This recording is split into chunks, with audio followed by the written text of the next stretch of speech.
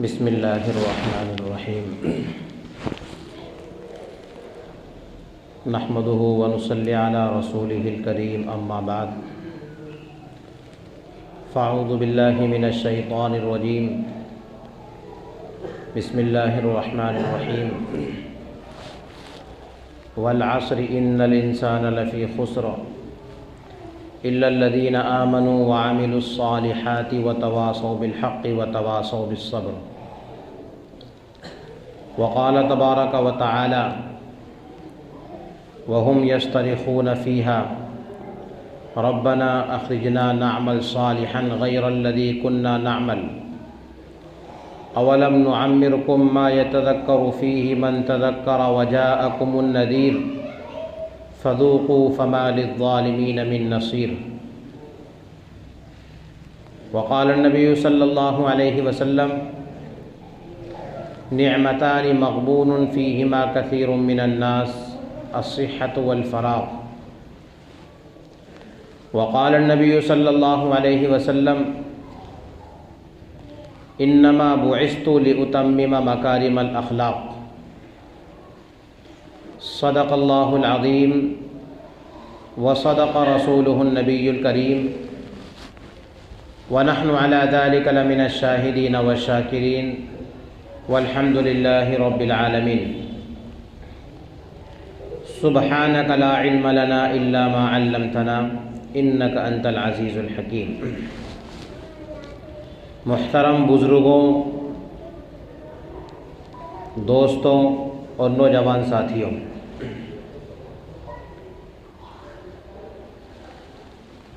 صبح ہوتی ہے، شام ہوتی ہے، یوں ہی زندگی تمام ہوتی ہے۔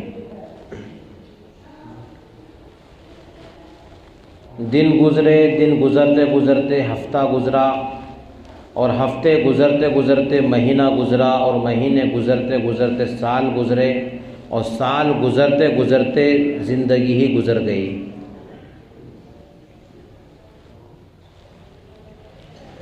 قرآن مقدس ایک جگہ پر قسم کھا رہا ہے، والعصر، قسم ہے زمانے کی۔ اور یاد رہے کہ اللہ تبارک و تعالیٰ اگر کسی مخلوق کی قسم کھاتا ہے تو اس کی عظمت کو بتانے کے لیے اس کی قسم کھاتا ہے۔ ہم انسانوں کو تو حکم یہ ہے کہ ہم صرف اللہ، اپنے پروردگار اور اپنے خالق و مالک، صرف اللہ تعالیٰ کے نام کی قسم کھائیں، لیکن اللہ تعالیٰ قرآن مقدس میں اپنی دیگر مخلوقات کی قسم کھاتا ہے، تو اس کے قسم کھانے کا مطلب اور مقصد یہ ہوا کرتا ہے کہ وہ ان چیزوں کی عظمت، ان کی قدر و منزلت اپنی مخلوق کو اور اپنے بندوں کو بتانا چاہتا ہے۔ تو قرآن کریم کی 30ویں پارے کے اخیر میں جا کر اللہ تعالیٰ نے قسم کھائی ہے، والعصر، قسم ہے زمانے کی، قسم ہے زمانے کی۔ ان الانسان لفی خسر، سارے کے سارے انسان خسارے میں ہیں، ٹوٹے میں ہیں، گھاٹے میں ہیں۔ الا الذین آمنوا وعملوا الصالحات وتواصوا بالحق وتواصوا بالصبر، ہاں لیکن کچھ لوگ ایسے ہیں جو اس گھاٹے خسارے سے بچے ہوئے ہیں۔ کون ہیں وہ لوگ؟ جو اللہ پر ایمان لائے۔ الا الذین آمنوا وعملوا الصالحات، اور نیک کام بھی کیے، وتواصوا بالحق، اور ایک دوسرے کو حق بات کی وصیت کی، وتواصوا بالصبر، اور ایک دوسرے کو صبر کی تلقین کی۔ یہ وہ لوگ ہیں جو اس ٹوٹے، گھاٹے اور خسارے سے بچ جائیں گے۔ انسان کو اللہ تعالیٰ اپنے کلام الہی میں جا بجا اس کی عمر کی یاد دہانی کراتا ہے۔ وَمَن نُعَمِّرْهُ نُنَكِّسْهُ فِي الْخَلْقِ أَفَلَا يَعْقِلُونَ، کچھ لوگوں کو ہم اتنی عمر دیتے ہیں کہ ان کو سر نگو کر دیتے ہیں، پھر بھی سمجھتے ہی نہیں ہیں۔ دوسرے مقام پر قرآن مقدس نے جہنمیوں کا نقشہ کھینچا، وَهُمْ يَصْطَرِخُونَ فِيهَا، جہنم میں جہنمی چیخیں گے، پکاریں گے، کیا کہیں گے؟ ربنا اخرجنا، اے رب ہم کو اس جہنم سے نکال لے، نعمل صالحا غیر الذی کننا نعمل، تاکہ اب ہم ایسے نیک کام کریں جیسے ہم نے پہلے کیے برے کام ویسے نہیں، بلکہ اب اچھے اور نیک کام کریں۔ ہزاروں سالوں تک تو رب ذوالجلال کی جانب سے اس سوال کا جواب آئے گا ہی نہیں، پھر کئی ہزاروں سالوں کے بعد اگر جواب آیا تو جواب کیا آئے گا؟ اولم نعمرکم ما یتذکر فیہ من تذکر، اتنی عمر نہیں دی ہم نے تم کو کہ جس کو اس عمر میں نصیحت حاصل کرنا ہوتا نصیحت حاصل کر لیتا۔ اور آگے بھی وجاءکم النذیر، ڈرانے والا بھی تمہارے پاس آیا۔ اب یہ نذیر کیا ہے، اس کی تفسیر علماء نے مختلف انداز سے بیان فرمائی۔ بعض علماء فرماتے ہیں کہ وجاءکم النذیر سے مراد ہے کہ ڈرانے والا پیغمبر آیا، اور پیغمبر کے بعد پیغمبر کے جانشین مبلغین علماء تمہارے پاس ڈرانے والے آئے۔ کچھ علماء کہتے ہیں وجاءکم النذیر سے مراد ہے بڑھاپا، اور تمہارے پاس موت سے آخرت سے ڈرانے والا بڑھاپا بھی آ گیا، سر کے بال سفید ہو گئے، داڑھی کے بال بھی سفید ہو گئے، وجاءکم النذیر، پھر بھی تم نہیں مانے، تو اب کیا ہے؟ فذوقوا فما للظالمین من نصیر، اب تو بس جہنم کی آگ کا مزہ چکھو، ظالمین کا اب کوئی مددگار نہیں ہے۔ یہ آیتیں اور اس جیسی بے شمار قرآن مقدس کی آیتیں ہم انسانوں کو اپنے اوقات کی قدر و منزلت سکھاتی ہیں، اپنے اوقات کی قدردانی کی طرف ہمارے لیے مشیر ہیں، رہنمائی کرتی ہیں کہ اے انسانوں، اپنی زندگی میں جو اوقات اللہ تعالیٰ نے تم کو مہیا کیے ہیں ان کی قدر کرو، کیونکہ ویسا تو نہیں ہے کہ تم خود سے پیدا ہو گئے یا اپنے آپ کو تم نے پیدا کر لیا، نہیں، کوئی پیدا کرنے والا ہے، اور اس پیدا کرنے والے نے اس دنیا میں بھیج کر کچھ کام بھی ہم کو دیا ہے، کچھ کام بھی اس پیدا کرنے والے نے کائنات میں ہم کو بھیجا اور دیا، وہ کام بھی رب ذوالجلال نے بیان کر دیا، وما خلقت الجن والانس الا لیعبدون، اس کائنات میں تمہیں بھیجنے کا مقصد صرف اور صرف ہماری اپنی عبادت کروانا تھا۔ انسانوں کو بھیجنے کا مقصد بھی یہی ہے، جناتوں کو بھیجنے کا مقصد بھی یہی ہے کہ اللہ تعالی ہم کو ایک کام دے کر اس دنیا میں بھیجا ہے، اور اگر ہم اس کام میں کوتاہی کرتے ہیں تو کل قیامت میں اس کے متعلق ہم سے پوچھ تاچھ ہوگی۔ روایت کے اندر آتا ہے کہ چند سوالات کل قیامت میں ایسے ہوں گے، جب تک کہ ان سوالات کا جواب انسان نہ دے تب تک اس کے قدم میدان محشر سے ہلیں گے تک نہیں۔ انہی سوالات میں سے ایک سوال یہ ہوگا، تجھ کو ہم نے عمر دی تھی، تو نے اپنی عمر کہاں گزاری؟ عمر میں بہت سارے سال تجھ کو دیے تھے، وہ سال کہاں گزارے؟ ایک لمبا زمانہ ہم نے تجھ کو عنایت کیا تھا، وہ لمبا زمانہ کس طریقے سے اور کہاں گزار کر کے آیا؟ ان روایات جو آپ کے سامنے روایات پڑھی اور احادیث مبارکہ کلام الہی، ان کا خلاصہ یہ ہے کہ کل قیامت میں اللہ تبارک و تعالی وقت کی ہم سے پوچھ تاچھ کرے گا۔ جو عمر ہم کو دی ہے اس عمر کے متعلق ہم کو پوچھ تاچھ ہوگی۔ ظاہر سی بات ہے جس چیز کا سوال و جواب ہونا ہے اس پر انسان کی نظر ہمیشہ رہنی چاہیے، جس کا حساب دینا ہو اس کے حساب کے لیے ہم کو تیار رہنا چاہیے۔ تو جو عمر ہماری گزر رہی ہے، جتنی گزری اس کا بھی حساب ہوگا، جو آنی ہے اس کا بھی حساب ہوگا، اور جو گزر گئی اس پر ہم کو اگر صحیح نہج پر گزری، صحیح طریقے سے گزری تو رب ذوالجلال کا شکر ادا کرنا چاہیے، اور اگر رب کی نافرمانی میں گزری تو پھر اس پر ہم کو توبۃ اللہ کرنا چاہیے۔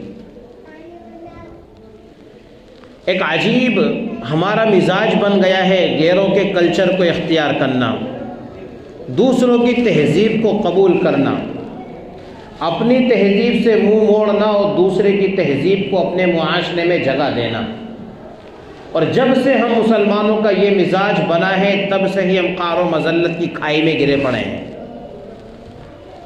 ظلمت اور تاریکی کی طرف ہم بڑھتے ہی چلے جا رہے ہیں، گھاٹے اور خسارے کی طرف بڑھتے ہی چلے جا رہے ہیں۔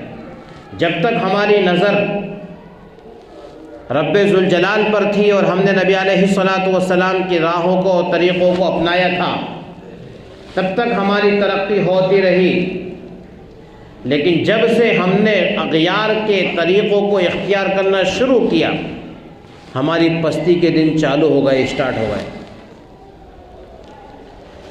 انہیں اغیار کی رسموں میں سے، قباحتوں میں سے ایک بڑی قباحت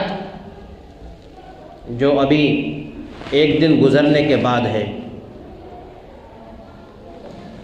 آج 30 دسمبر اور آئندہ کل 31 دسمبر. جیسے ہی 31 دسمبر ختم ہوتا ہے اور رات کا 12 بجتا ہے، 11:59 سے جیسے ہی گھڑی کا کانٹا 12 پر پہنچتا ہے، عیاشی فحاشی کا ایک بازار گرم ہو جاتا ہے. رب کو ناراض کرنے کا ایک سلسلہ شروع ہو جاتا ہے، اور اس پیدا کرنے والے خالق کو ہم بھول جاتے ہیں. اس کی رضا کس میں ہے، اس کی ناراضگی کس میں ہے، اس میں ہم بھول جاتے ہیں. ان کاموں میں ملوث ہو جاتے ہیں جو اغیار کی طرف سے ورثے میں ہم کو مل گئے ہیں. نبی علیہ الصلاۃ والسلام نے اور صحابہ نے وہ چیز اور وہ تعلیم ہم کو نہیں دی. اغیار نے وہ نمونہ ہمارے سامنے پیش کیا اور اس نمونے کو ہم نے قبول کر لیا. ہیپی نیو ایئر کا سلسلہ چل جاتا ہے. نئے سال کی مبارکبادیاں دینے کا خصوصاً جوانوں میں ایک سیل روا دوڑتا ہے، اور ایسا معلوم ہوتا ہے جیسے بہت بڑی غنیمت ہم کو حاصل ہو گئی. آتش بازی، شور شرابہ، طرح طرح کی میوزک کی محفلیں، ناچ گانے کی محفلیں، قسم قسم کی پارٹیاں، اور اس سے بڑھ کر یہ کہ ننگے ناچ، یہ سب سارے ہم مسلمانوں کے گھرانوں تک پہنچ چکے ہیں، ہمارے معاشرے تک پہنچ چکے ہیں. اور بس ہر ایک دوسرے کو کہہ رہا ہے ہیپی نیو ایئر. کیا ہے؟ سب سے پہلی بات تو ہم کو یہ جان لینی چاہیے کہ ہم مسلمان ہیں اور اسلامی سال کا آغاز محرم الحرام سے ہوتا ہے. 3 طرح کی تاریخیں شمار کی گئیں. جو ہمارے زمانے میں رائج ہے، جس پر زیادہ عمل ہوتا ہے، اس کو عیسوی تاریخ کہتے ہیں، اس کو شمسی تاریخ بھی لوگ کہتے ہیں. یہ حضرت عیسیٰ علیہ السلام سے اس کا آغاز ہوتا ہے، اور یہ نبی کریم صلی اللہ علیہ وسلم کی ولادت باسعادت سے تقریباً 574 سال پہلے سے اس تاریخ کا شمار ہوتا چلا آ رہا ہے. دوسری تاریخ نبی کریم صلی اللہ علیہ وسلم کے نبوت کا اعلان کرنے سے ہے، جس کو نبوی سال کہا جاتا تھا. نبوی پہلا سال، نبوی دوسرا سال، نبوی تیسرا سال. لیکن اس تاریخ کا بھی رواج نہیں ڈلا. اور تیسری تاریخ جو ہم مسلمانوں کے یہاں رائج ہونی چاہیے وہ ہے ہجری تاریخ. نبی کریم صلی اللہ علیہ وسلم کی وفات کے بعد حضرت ابو بکر کا زمانہ بھی گزر گیا. حضرت عمر بن خطاب رضی اللہ تعالیٰ عنہ کا جب دور آیا تو حضرت عمر بن خطاب رضی اللہ تعالیٰ عنہ نے مشورہ کیا، اپنے صحابہ سے مشورہ کیا کہ ہمیں اپنی کوئی ایک تاریخ طے کرنی چاہیے اور ہماری اپنی کوئی ایک تاریخ ہونی چاہیے. اور یاد رہے کہ لوگ اپنی تاریخیں اپنے اہم ترین واقعات سے ہی متعلق کرتے ہیں. تو ہمارا اپنا اہم ترین واقعہ ہجرت کا واقعہ ہے. مختلف رائیں شروع میں آئیں. کسی نے کہا بعثت نبوی سے اس کا آغاز کیا جائے، کسی نے کہا کہ نبی علیہ الصلاۃ والسلام کی ولادت سے اس کا آغاز تسلیم کیا جائے، کسی نے کہا کہ آپ کی وفات سے شروع کیا جائے. بہرحال صحابہ کا اس پر اجماع ہوا کہ اس تاریخ کا آغاز ہم اپنی ہجرت کے سال سے کرتے ہیں، جو ہمارے اور آپ کی زبان پر ہجری سال کے عنوان سے ہم گنتے ہیں، شمار کرتے ہیں، جس کا 1444واں سال، جس کے 1444 سال ہو چکے ہیں. یہ ہجری تاریخ محرم الحرام سے اس سال کا آغاز ہوتا ہے.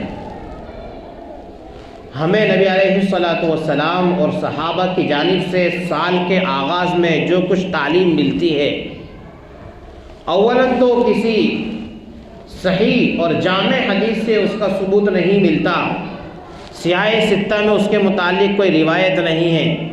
البتہ ایک روایت ملتی ہے، حدیث کی دنیا میں ایک روایت ملتی ہے جس میں نبی کریم صلی اللہ علیہ وسلم کا بھی اور آپ کے صحابہ کا بھی ایک معمول ملتا ہے۔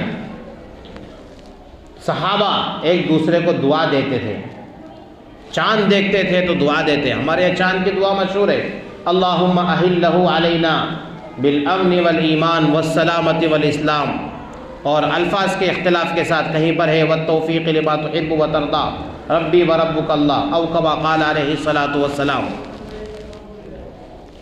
تو نبی علیہ الصلاۃ والسلام کے صحابہ نے ہم کو اگر کچھ دیا ہے تو بس اتنا دیا ہے کہ سال کے آغاز میں ہم کسی کو دعا دے سکتے ہیں۔ سال کی مبارکبادی دینا اگر ایک عقل مند انسان اپنے عقل سے سوچے تو وہ ایک قسم کی حماقت ہی نظر آتی ہے۔ اس کی مثال اگر ہم سوچیں اور اس کی مثال اگر ہم اپنے زمانے میں طے کریں تو وہ اس طرح سے ہے کہ اگر دلی میں اگر کورٹ نے عدالت نے یہ فیصلہ کر دیا کہ فلاں تاریخ میں فلاں شخصوں کو پھانسی ہونا ہے اور اس کو یہاں سے لے جانا شروع کریں، گورنمنٹ کے کارندے اس کو یہاں سے اٹھائیں اور ایک دن کھنڈوا، دوسرے دن آگے پہنچے بھوپال، تیسرے دن آگے پہنچے، اس طرح سے آگرہ ہوتے ہوئے 4 دن میں اگر دلی کا سفر طے ہو تو ایسا نہیں ہوگا کہ ہر دن کوئی اس کو مبارکبادی پیش کرے گا، ماشاءاللہ بہت اچھے کام کے لیے آپ جا رہے ہیں۔ کوئی مبارکبادی ہر اسٹیشن پہ اس کو کوئی پیش کرنے والا نہیں ہوگا، کیونکہ اس کے موت، زندگی کے دن ختم ہو رہے ہیں اور موت کا وقت قریب آ رہا ہے۔ بلکہ اگر کوئی اس کو کہے گا تو زیادہ سے زیادہ اتنا کہے گا کہ بڑے غم کی بات ہے، افسوس کی بات ہے کہ تم اب پھانسی کے پھندے پر لٹکنے کے لیے جا رہے ہو، اور وہ جتنا وقت اپنا محسوس کرے گا کہ 2 دن 4 دن میرے لیے رہ گئے، وہ اس وقت کو غنیمت جانے گا۔ رب ذوالجلال سے قریب ہونے کا وقت اس کا قریب آیا ہے، دنیا سے دوری کا وقت ہو رہا ہے، تو اس وقت کی وہ قدر کرے گا، وہ جتنا ہو سکے گا اپنے مال میں سے خیرات کی وصیت کرے گا، جتنا ہو سکے گا اللہ تعالیٰ کے سامنے اپنے گناہوں سے توبہ کر لے گا، گڑ گڑا لے گا۔ بس ایسی ہی مثال ہماری ہے۔ اللہ تعالیٰ کی جانب سے ہم کو ایک حیات مستعار اور ایک محدود زندگی عنایت ہوئی ہے، کسی کو 60 سال، کسی کو 70 سال، کسی کو 80 سال، اور جب 1 سال ہمارا پورا ہوتا ہے تو ہم اپنے زبان میں کہتے ہیں کہ اور 1 سال ہم بڑے ہو گئے۔ اب بڑے نہیں ہو گئے بلکہ ہم چھوٹے ہو گئے۔ ایک رکیل بنائی جائے جس کے 60 نشان لگائے جائیں اور ہر سال گزرنے پر ایک نشان کو مٹایا جائے تو وہ رکیل چھوٹی ہوتی ہے، بڑی نہیں ہوتی۔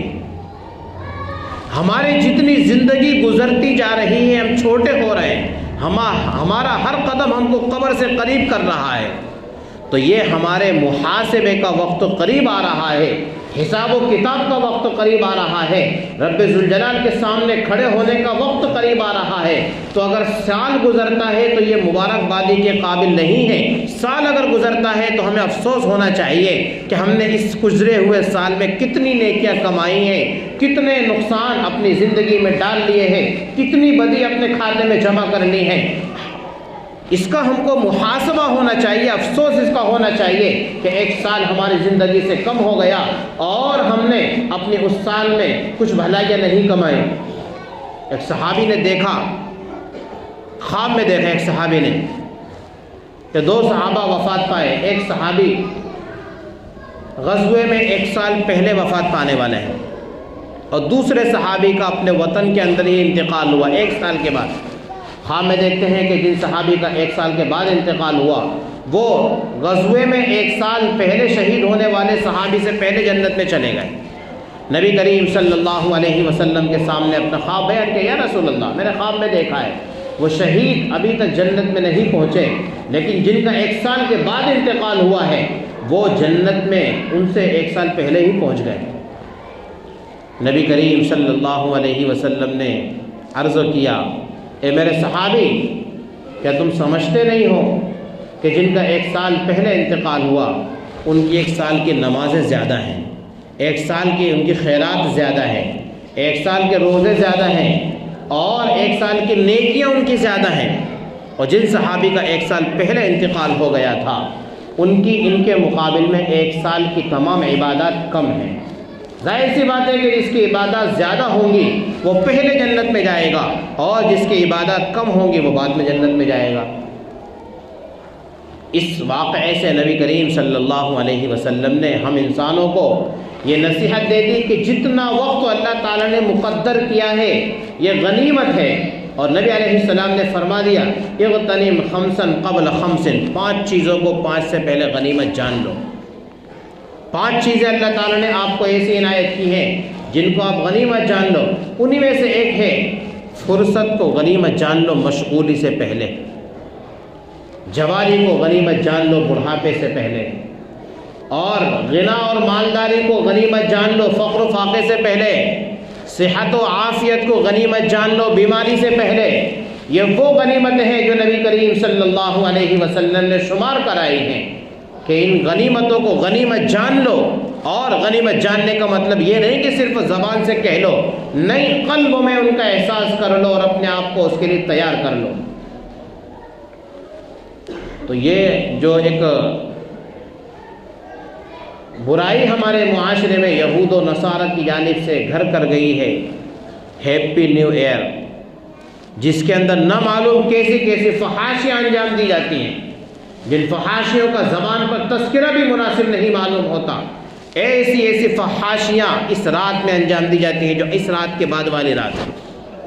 آتش بازی کی جاتی ہے، اپنے مال کو بے جا خرچ کیا جاتا ہے، اور نوجوان لڑکے لڑکیاں نائٹ کلبوں میں جاتے ہیں، اپنے گھر سے بن سور کر نکلتے ہیں، اور نہ معلوم کیسی کیسی فحاشی کو انجام دیتے ہیں، جبکہ یہ موقع ایسا تھا نبی علیہ السلام کے فرمان کے مطابق حاسبوا قبل ان تحاسبوا، تمہارا حساب کیا جائے اس سے پہلے تم خود اپنے آپ کا حساب کر لو۔ تو سال میں ہم نے کیا کمایا کیا کھویا، یہ رات تو اس کے حساب و کتاب کی تھی کہ پچھلے سال سے لے کے اب تک میں نے اپنے اعمال میں کون سی بھلائی ڈالی ہے، کون سی خیر کی چیز ڈالی ہے، اور کون سی چیز میں نے اپنے اعمال میں برائی والی ڈالی ہے، کون سے اعمال ایسے ہیں جو مجھے جنت کے قریب کرنے والے ہیں، اور کون سے میرے اعمال ایسے ہیں جو مجھے جہنم سے قریب کرنے والے ہیں۔ اگر میرے اعمال ایسے ہیں جو مجھے جنت سے قریب کرنے والے ہیں، رب ذوالجلال کے سامنے سجدہ شکر بجا لائے اور اللہ تعالیٰ کا شکر ادا کرے کہ اے اللہ تو نے مجھے توفیق دی اس بات کی کہ تو نے مجھ سے نیک اعمال سرزد کروا دیے، تو نے نیک اعمال مجھ سے انجام دلا دیے، جن اعمال کے نتیجے میں میں امید رکھتا ہوں تیرے فضل کے نازل ہونے کا، مجھے امید ہے تیری رحمت کے نزول کا، مجھے امید ہے تیرے نبی صلی اللہ علیہ وسلم کی شفاعت کا۔ اور اگر اپنے اعمال نامے میں اگر برے ہی برے اعمال ہیں اور اپنی زندگی کا جو پچھلا 1 سال گزر گیا ہے اس کی طرف ہم جھانک کر دیکھتے ہیں تو تاریکی ہی تاریکی نظر آتی ہے، ظلمت ہی ظلمت ہم کو نظر آتی ہے۔ اب ہم ایسے موقع پر رب ذوالجلال کے سامنے آنسو گڑگڑانے والے بن جائیں، اپنے ہاتھ اللہ تعالیٰ کے سامنے اٹھانے والے بن جائیں، اے اللہ مجھے معلوم ہے تو غفار بھی ہے، مجھے معلوم ہے تو ستار بھی ہے، نہ معلوم میں نے کیسے کیسے گناہ کیے جس کا مجھے ہی علم ہے، میرے علاوہ معاشرے میں کوئی نہیں جانتا، سب سے قریب رہنے والی میری زوجہ بھی نہیں جانتی، میرے آگے پیچھے رہنے والے میری اولاد بھی نہیں جانتی، دکان میں کام کرنے والے میرے نوکر چاکر بھی میرے فراڈ کو نہیں جانتے، لیکن تو جانتا ہے، تو نے ستاری کا پردہ اس کے اوپر ڈالا ہوا ہے، اگر تو اس کو ابھی چاک کر دے اور پردے کو ہٹا دے، لوگ معاشرے میں مجھ سے نفرت کرنے لگے، مجھے دھتکارنے لگے، کوئی مجھے قریب بٹھانے کے لیے تیار نہ ہو، میری صورت ایک بدنما صورت بن جائے گی۔ اللہ میں تیرا شکر ادا کرتا ہوں تیری ستاری پر، اور مجھے مزید امید ہے تیری غفاری کی کہ تو مجھے معاف بھی کر دے گا۔ اگر انسان ایک مرتبہ بھی اپنے رب کے سامنے ہاتھ اٹھائے، سچے دل سے اللہ تعالیٰ سے توبہ کرے، اللہ تعالیٰ ضرور اس کے توبہ کو قبول کر لے گا۔ تو یہ آنے والی جو رات ہے یہ عیاشی کی، فحاشی کی اور ایک دوسرے کو مبارکبادی دینے کی رات نہیں ہے، بلکہ یہ رات تو خود اپنا حساب کرنے کی رات ہے۔ اگر ہم سے دکان میں کہیں اونچ نیچ ہوئی ہے تو ہم غور کریں سال بھر ہم نے کس کا کھایا، کس کا ہم نے فرار، کس کا مال ہم نے دبایا۔ کوشش ہماری یہ ہو کہ ہم آج ہی اس کا پورا حساب کر دیں، کیونکہ ہمیں نہ معلوم ہے اگلا سال جو ہمارے ساتھ سامنے آ رہا ہے، اللہ یہ سال کیسا ہو ہم کو نہیں معلوم، کیا اسی سال میں ہماری موت مقدر ہے یا اور اس کے بعد ہم کو تو مہلت دے گا، کچھ نہیں پتا، کیونکہ رب ہم کو بار بار کہتا ہے اولم نعمرکم ما یتذکر فیہ من تذکر وجاءکم النذیر، اتنی عمر تو میں میں نے ہر انسان کو دی ہے کہ اگر اس کو کچھ نہ کچھ عبرت حاصل کرنا ہوتی، نصیحت حاصل کرنا ہوتی، ضرور نصیحت حاصل کر جاتا۔ وجاءکم النذیر، ڈرانے والے ڈرا بھی رہے تھے، سب چہرے پر سفید داڑھی بھی ڈرا رہی تھی کہ قبر سے تمہارے پاؤں قریب ہو چکے ہیں، قبر سے قریب پہنچ چکے ہو، یہ سب چیزیں بھی ہم کو ڈرا رہی تھی، میدان محشر کی جانب جانا ہے اور ڈرانے والا آ چکا تھا۔ وجاءکم النذیر، پھر بھی رب میں ڈرا نہیں، لیکن آج مجھے احساس ہو رہا ہے، مجھے احساس ہو رہا ہے، رب مجھے احساس ہو رہا ہے تو مجھے معاف کر دے۔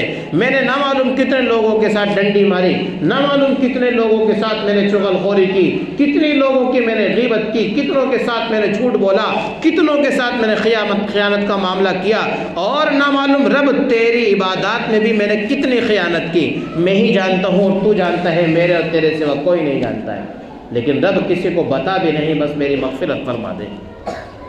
رب ذوالجلال ستار ہے، غفار ہے، رحمان ہے، یہ سب اس کی صفات ہیں۔ وہ ہر دم اپنے بندوں کو معاف کرنے کے لیے ہے، ہر لمحہ اپنے بندوں کی معافی کے لیے تیار ہے، بس معافی چاہنے والوں کی معافی اور ہم مانگنے والوں کی مانگنے کی کمی ہے۔ تو میرے بھائیوں، یہ رات جو آ رہی ہے، اگر ہم کو کوئی پیغام دے بھی دے، کوئی ہم کو ہیپی نیو ایئر کا پیغام دے، ہم اس کا جواب دوبارہ ہیپی سے نہیں دیں گے، اس کا جواب ہم دعا سے دیں گے۔ اللہ آنے والا سال تمہارا اور میرا امن کا سال بنائے، گزرے ہوئے سال کے تمہارے اور میرے گناہ معاف کریں۔ اگر ہم کو کوئی سامنے سے پیغام بھی، ہم خود ہو کے کسی کو پیغام نہیں دیں گے، لیکن اگر کسی نے ہم کو پیغام دیا تو ہم اس کو محاسبہ یاد دلا دیں، ہم اس کو محاسبہ یاد دلا دیں۔ اور اگر یوں کہا جائے کہ اگر اس طرح سے ایک رات رنگ ریلیاں منا لی جائیں، موج مستی کر لی جائے تو کیا ہو جائے گا؟ ایک چھوٹا سا سوال ہمارے ذہن میں آتا ہے کہ یہ کون سا بہت بڑا جرم ہم نے کر دیا اگر کسی کو مبارکبادی دے بھی دے۔ میرے بھائیوں، بدعات کا آغاز حضرت مفتی تقی صاحب فرماتے ہیں کہ اسی طرح سے ہوتا ہے۔ کوئی شے ابتدا میں ایک ہی مرتبہ انجام دی جاتی ہے، لیکن دھیرے دھیرے ایسا معمول بن جاتا ہے، وہ گھٹیوں میں اتر جاتی ہے، گھٹیوں میں اتر جاتی ہے۔ جیسے ایک چھوٹی سی مثال دیتا ہوں، خود حضرت مفتی تقی صاحب اپنے والد محترم حضرت مفتی شفیع صاحب علیہ الرحمہ کا واقعہ اور ان کا قول نقل کرتے ہیں، کہتے ہیں کہ مثال کے طور پر نبی کریم صلی اللہ علیہ وسلم کا شب برات میں پوری حیات مبارکہ میں ایک ہی مرتبہ قبرستان جانا ثابت ہے، ایک ہی مرتبہ جانا ثابت ہے۔ آپ علیہ السلام قبرستان گئے، لیکن ایک ہی مرتبہ گئے ہیں، اور وہ بھی ایسا چپکے سے گئے تھے کہ اپنے پہلو میں لیٹنے والی امہات المؤمنین حضرت عائشہ صدیقہ رضی اللہ تعالیٰ عنہ کو بھی علم نہیں ہوا۔ چپ چاپ آپ علیہ السلام نکل گئے۔ کہاں گئے تھے؟ جنت البقیع میں آپ علیہ السلام چلے گئے۔ اما جان نے دیکھا کہ بستر خالی، پیارے حبیب صلی اللہ علیہ وسلم کہاں چلے گئے؟ اٹھی اور دوڑتے ہوئے آپ علیہ السلام کو تلاش کرنے لگیں۔ دیکھا کہ حضرت عائشہ رضی اللہ تعالیٰ عنہ دوڑی اور قبرستان پہنچی تو نبی علیہ السلام قبرستان میں کھڑے ہیں، اپنی امت کے مرحومین کے لیے دعائیں کر رہے ہیں۔ واپس الٹے پاؤں دوڑی اور اپنے بستر میں آ کر کے چھپ گئی، سو گئی۔ اس واقعے سے حضرت مفتی شفیع صاحب علیہ الرحمہ ایک بدعت کا انکشاف کرتے ہیں، کہتے ہیں کہ پوری حیات مبارکہ میں نبی علیہ السلام کا قبرستان جانا شب برات میں ایک ہی مرتبہ ثابت ہے، اور وہ بھی چپ چاپ ثابت ہے۔ ہم نے کیا کیا؟ ہم نے کیا کیا؟ بدعت کیسے بنتی ہے وہ بتا رہا ہوں۔ ہم نے کیا کیا؟ اس کو ایک ایسا رواج دیا کہ ہر سال جائیں گے، چراغا کریں گے، لائٹیں روشن کریں گے، اور اب حد یہ ہو گئی کہ ہمارے مسلم قبرستانوں کے سامنے بھیک مانگنے والوں کی اتنی بڑی تعداد جمع ہونے لگی جتنی کہیں اور نظر نہیں آتی۔ انہیں معلوم ہے کہ پورے لوگ آج کی رات یہاں آنے والے ہیں۔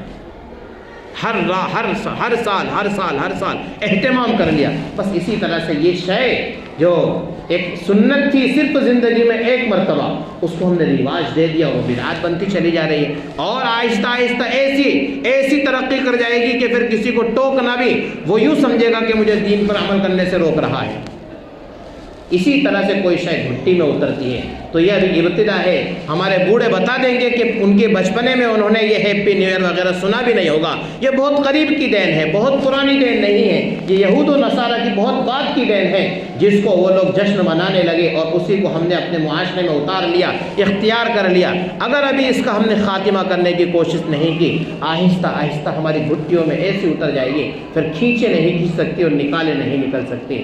اللہ تعالیٰ سے دعا کریں کہ اللہ تعالیٰ آنے والی جو ایک دن کے بعد یہ رات ہے، ہر قسم کی فحاشی سے، برائی سے ہماری حفاظت فرمائے، پورے امت مسلمہ کی بھی حفاظت فرمائے، اور ہم کو اس موقع پر صحیح پیغام پہنچانے کی توفیق عطا فرمائے۔